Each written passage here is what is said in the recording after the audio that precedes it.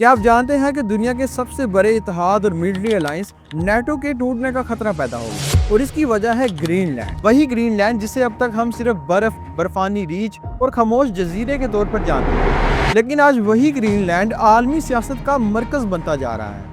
आज की इस वीडियो में हम समझेंगे कि अमेरिका ग्रीनलैंड क्यों चाहता है, ये नेटो के लिए कितना खतरनाक है और अगर ऐसा हुआ तो दुनिया कहां जा सकती है। We are going to do something on Greenland, whether they like it or not. We need Greenland for national security. The Greenland. The Greenland. Greenland. Greenland. Greenland. Oh, Greenland. Greenland. Greenland. Greenland. Greenland. Greenland is not for sale. तो बात है world war 2 की, जिसके बाद America और दूसरे European ममालिक बहुत ज्यादा मुतासिर हो चुके थे और इनके सामने अब सबसे बड़ा खतरा सोवियत यूनियन था, जिसकी ज्यादा कमांड रशिया के अंडर थी। तो मुतासरा मुल्कों ने सोचा कि क्यों ना वो भी सोवियत यूनियन की तरह ही एक मिलिट्री इत्तेहाद बनाए और फिर इसका मुकाबला करें। इस तरह 4 अप्रैल 1949 को अमेरिका, कनाडा, इंग्लैंड और फ्रांस जैसे दूसरे 12 मुल्कों ने मिलकर एक मुआहदा किया। इस मुआहदे का बुनियादी मकसद ये था कि अगर सोवियत यूनियन या कोई भी दुश्मन इनमें से किसी एक मुल्क पर भी हमला करता है तो उसे तमाम ममालिक पर हमला समझा जाएगा और तमाम ममालिक इसका हिस्सा होंगे और इसके साथ साथ तमाम ममालिक अपने GDP का कम से कम 2% नेटो को देंगे ताकि जदीद असला और मिलिट्री सामान लिया जा सके। इस तरह 1955 में तुर्की और दूसरे ममालिक भी इसका हिस्सा बने। इन मुल्कों ने अपनी इकोनॉमी पे ज्यादा गौर किया क्योंकि डिफेंस और बैरूनी तौर पर वो सेफ थे और यूं ये इत्तेहाद दुनिया का ताकतवर मिलिट्री अलायंस बन गया। लेकिन अब इसे खतरा अमेरिका के जंगी मंसूबों से है। अमेरिका की जानिब से वेनेजुएला में मुदाखलत की गई और वहाँ के सदर मादुरो को अगवा कर लिया गया ताकि वहाँ के बेशबहा कीमती तेल से अपनी जेबें भरी जा सके। इसी के साथ साथ ईरान में मुदाखलत करना और वहाँ भी हमलों की धमकियाँ देना। लेकिन इस सब मुदाखलत के बाद ही अब अमेरिका के अंदर ही अवाम ट्रम्प के खिलाफ एहतजाज कर रही है। हुकूमत के खिलाफ पूरे अमेरिका में मुजाहरे हो रहे हैं और अवाम का कहना है कि ट्रम्प जरूर उनसे कुछ छुपा रहे हैं। इन सब हालात में ट्रम्प ग्रीनलैंड पर कब्जा चाहते हैं। पहले तो उसे खरीदने का इरादा किया गया, मगर अब मिलिट्री एक्शन की धमकियां दी जा रही हैं। वेनेजुएला और ईरान पर हमला अलग बात है, मगर क्योंकि ग्रीनलैंड नेटो का हिस्सा है तो इस तरह एक नेटो मुल्क का अपने ही इत्तेहादी नेटो मुल्क पर हमला करना बहुत से मसाइल पैदा कर देगा।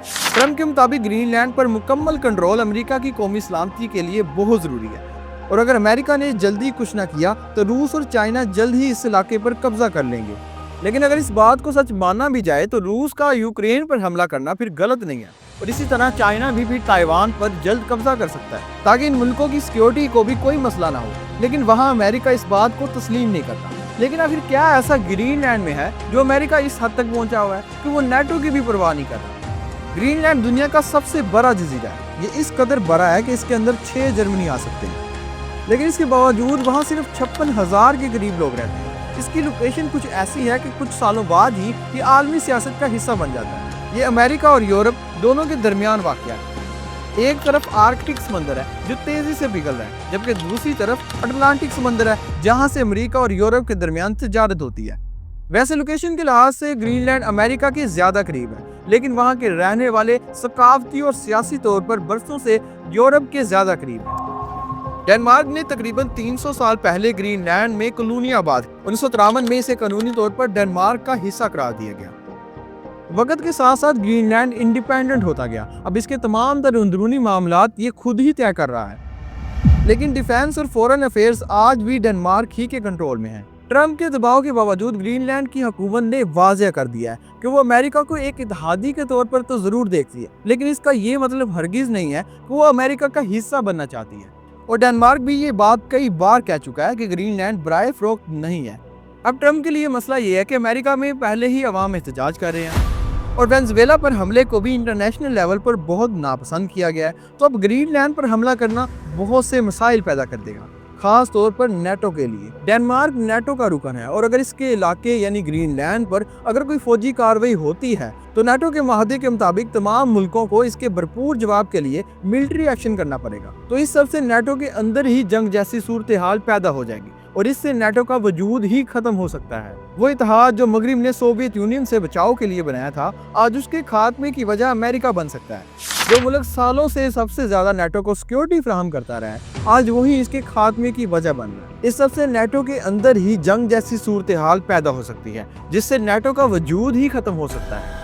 वो इतिहाद जो मगरिब ने सोवियत यूनियन से बचाव के लिए बनाया था, आज उसके खात्मे की वजह अमेरिका बन सकता है। इसलिए यूरोप के बहुत से लीडर्स ने ट्रम्प को मशवरे दिए हैं कि वो आज़ादी और इंटरनेशनल रूल्स को देखते हुए अपने फैसले करें, क्योंकि अगर ग्रीनलैंड की आवाम ही अमेरिका का हिस्सा नहीं बनना चाहती तो इन्हें ज़बरदस्ती या मिलिट्री के जरिए अमेरिका का हिस्सा ना बनाया जाए। ट्रम्प से पहले भी अमेरिका के 2 सदर ग्रीनलैंड पर कब्जे की कोशिश कर चुके हैं। वर्ल्ड वार 1 में वुड रोल्सन और वर्ल्ड वार 2 में हैरी ट्रूमैन। वर्ल्ड वार 2 के दौरान जर्मनी ने डेनमार्क पर कब्जा कर लिया था। इस सब सूरत हाल को देखते हुए अमेरिका ने ग्रीनलैंड का कंट्रोल आर्जी तौर पर खुद संभाल लिया, ताकि जर्मनी इस पर कब्जा करके अमेरिका के लिए कोई मसला ना बना दे। इस दौरान अमेरिका ने वहां फौजी अड्डे कायम किए। जंग के बाद अमेरिका ने तमाम इलाका वापस कर दिया, लेकिन फौजी अड्डे बरकरार रखे। 1951 में अमेरिका और डेनमार्क के दरमियान एक मुआहदा हुआ, जिसके मुताबिक अमेरिका को ये इख्तियार दिए गए थे कि वो ग्रीनलैंड के अंदर फौजी अड्डे कायम रख सके और वहाँ पे सिक्योरिटी की सूरत हाल को बेहतर रख सके। डेनमार्क की तरफ से आज भी अमेरिका की किसी भी किस्म की मिलिट्री मौजूदगी या सिक्योरिटी से मुतल्लिक कार्रवाइयों पर कोई रोकथाम नहीं की गई। लेकिन इस सब के बावजूद भी ट्रम्प ग्रीनलैंड पर मुकम्मल कब्जा चाहते हैं। और ऐसा क्यों है? इसका जवाब ग्रीनलैंड की ज़मीन के नीचे छुपा हुआ है। ग्रीनलैंड का 80% से ज़्यादा हिस्सा बर्फ़ के नीचे छुपा हुआ है, लेकिन क्लाइमेट चेंज और मुसलसल ग्लोबल वार्मिंग की वजह से ये बर्फ़ पिघल रही है। इस वजह से बर्फ़ के नीचे छुपे हुए मिनरल्स और दूसरे वसाइल तक पहुंचना अब आसान हो चुका है। इसके साथ साथ आर्कटिक समंदर में भी नए बहरी रास्ते खुल रहे हैं और ये रास्ते स्विस कनाल के मुतबादिल बन सकते हैं। इससे टाइम और फ्यूल दोनों कम लगेंगे और हर साल खरबों का फ़ायदा होगा।